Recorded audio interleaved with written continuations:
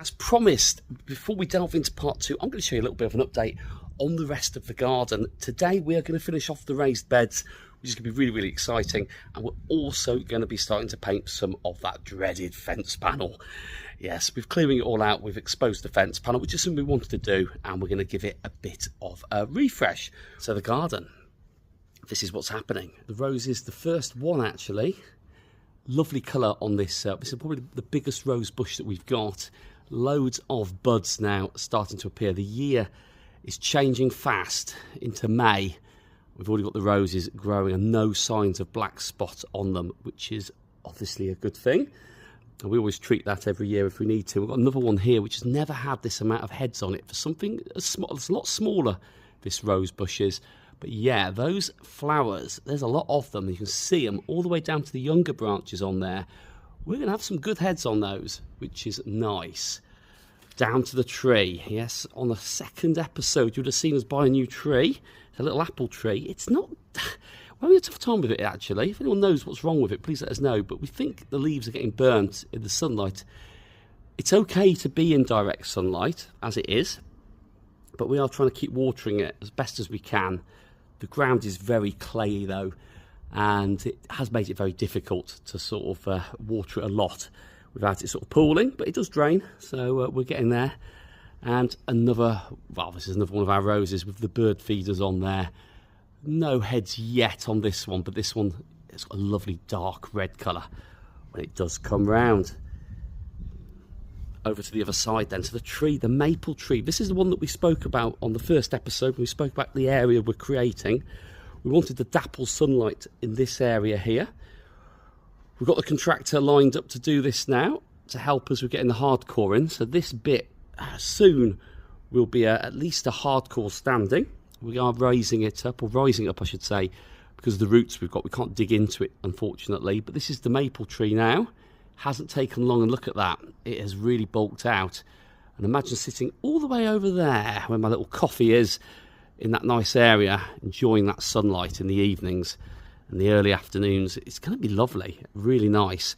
And these are the foxgloves. The foxgloves that we moved around have actually done really, really well. And obviously foxgloves, if you touch them, they are bad for humans. You'll get reactions, rashes, potential burns and that. But now, look at those. We've got the first flowers appearing. These are going to look really nice along there. Really happy with how they've progressed and how quickly they have grown over the last month and a half. This is the raised bed area as we walk down. This is the bit that has been levelled out. I'll share some of the clips of that being levelled out because we have done that as well on camera, but not as we start this little catch-up on part 2 up. But the lawn, oh, what a lovely lawn it has. It's been given a really good mow. It was given a great mow actually yesterday ahead of this lovely dry weekend. It's looking good. We re-sowed some seed on this last summer, and those areas have actually taken quite nicely, and it looks good. So we are very, very happy with that one. But now, without further ado, we are going to start doing the raised beds. The summery early mornings are good. It's actually spring. No, we're not into the summer yet, but you know what I mean. But we are going to be consuming coffee, obviously, but we are going to be painting the inside of the raised beds today. And then we are going to be starting on that fence panel. And then once all that bitumen paint has dried on the inside of the raised beds, we can then get them in place, ready to fill them up. And we will show you some tips along the way of how you can actually save volume inside it and bulk it up without just having to find soil. It's going to be quite a time saver and a space saver. So without further ado, let's get into the work.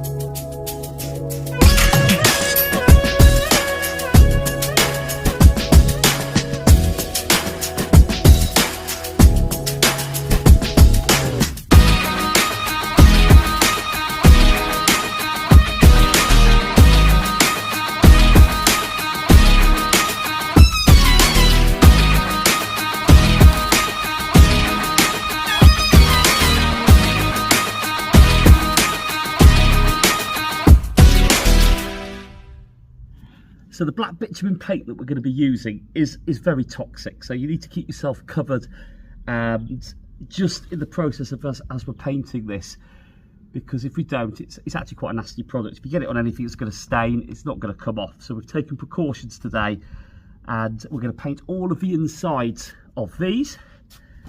And then hopefully, once these are dried, and they're properly dried, I mean, this will allow us to have pure waterproofing on the inside. We're going to use like a polythene or something, but that could rip.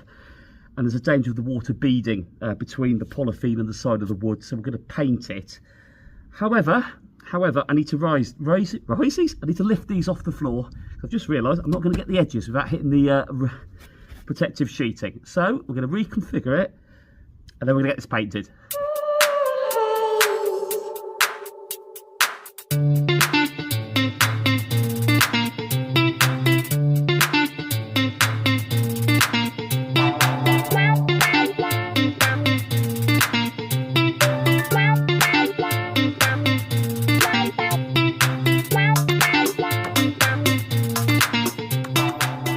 This is actually going on really, really well, and it's really thick, as I was saying earlier. It is a chemical at the end of the day, but there is the first two sides done, and we're not going to go through every single side with you. You can see what we're doing here.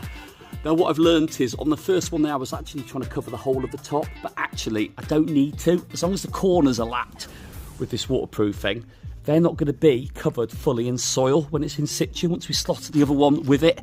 So we're just going to lap the corners with a little bit of the bitumen paint, and if we have to touch up the green, then we'll do that afterwards. But yeah, that's two sides done. That's all you're going to see me painting this, and then they will both be done, and then we should be able to start getting them in situ, and then starting to show you the little cheat that we've got, a little tip to reduce the volume of soil you need to put in your raised bed, which is worth waiting for.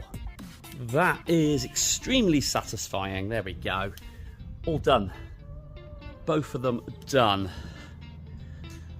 Shadow probably hides the artistic work there, but it is all done.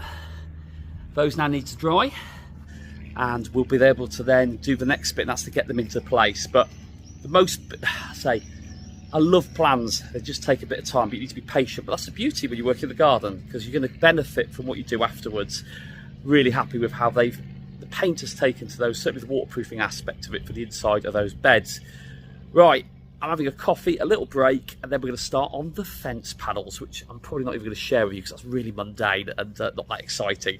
But we'll certainly catch up with you when we start putting the raised beds into place, and you'll actually see the paint work on the fence, because that's actually behind where we're putting them. Oh, I'm tired.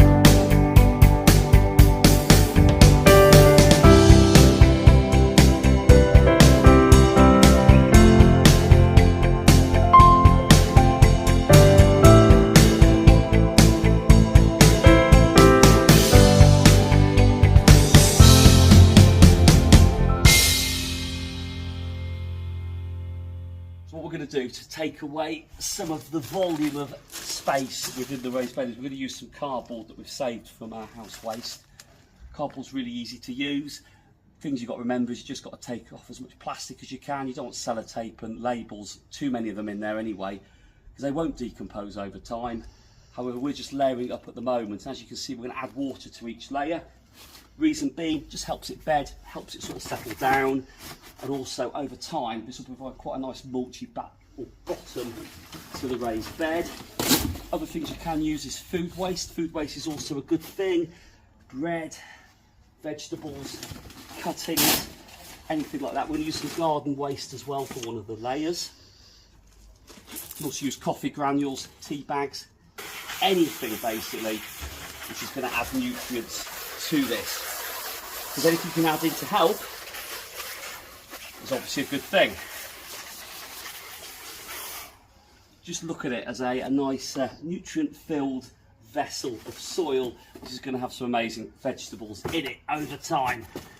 And the ones that we bought earlier, what we're going to put in here. But yeah, this takes away some of the volume you're going to need of soil, topsoil, which is cheaper obviously, but also it's just nice knowing that you're putting good things into it as well to help it get going. Grass cutting's a very quick win. Anything sort of from the garden, mulch is going to mulch down really nicely in here. It's just quite nice to see bits that we've cut and we've taken out of the garden almost being recycled and being repurposed, which is a nice feeling.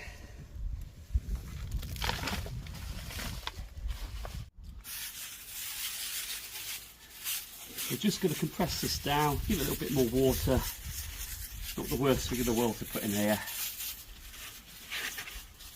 And then this is going to give us a really good nutrient-filled base when we start using some of the soil that we've already excavated out or dug out to level it. That's going to go on top of here. And then whatever we need to buy to sort of fill that difference and that void up. It's not as glamorous as working in a wine or a vinery, stamping the old grapes, but we're going to stamp the old grass cuttings down. But already, this feels like we've taken a lot of that space out of the bottom of this bed. And all this is just going to be good. So we're now going to use the soil that we dug out, and we are just simply going to layer this and put it into the bed. Again, we don't have to worry about what we're going to do with it because it's going back into the area technically that we took it up from. However, it is going to help us with the amount of actual additional soil that we're going to need to buy to complete this and get it level.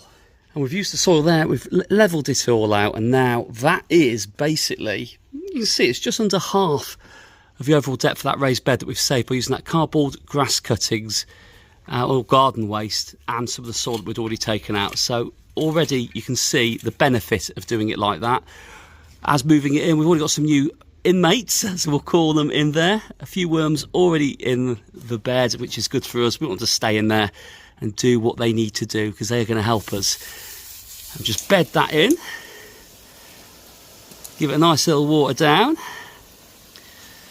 And then we're going to go and buy the bits we need to finish this off. And then we can get into the fun bit, which is planting it up. Well, it is now filled up and I'm very happy with this. Very excited to start planting in here. We've used just some basic multi-purpose peat-free compost. Good offer from B&Q. 50 litre bags. We needed 4 of them in the end. I thought we might have needed about 200 litres, and we were pretty much bob on. We have got some topsoil in there though. We did use 3 bags of topsoil, and these are 25 litre ones as well. So 275 litres of volume filled, but that is the raised bed. Obviously very happy with this. This is going to provide us with some great opportunities to grow vegetables, so really excited to see what we can grow in it. But there we go, it is done. That is the raised bed in place. Hope you like the little tips to help fill that void up. Like I said, you don't need to fill it completely with soil. There are some little things you can do, depending if you've got it around the house, which we were very fortunate that we did. So that is it. This is the second part completed now. The raised bed is in place, and we'll catch up with you on the next one. Hope you enjoyed this little home catch-up vlog. Raised beds done.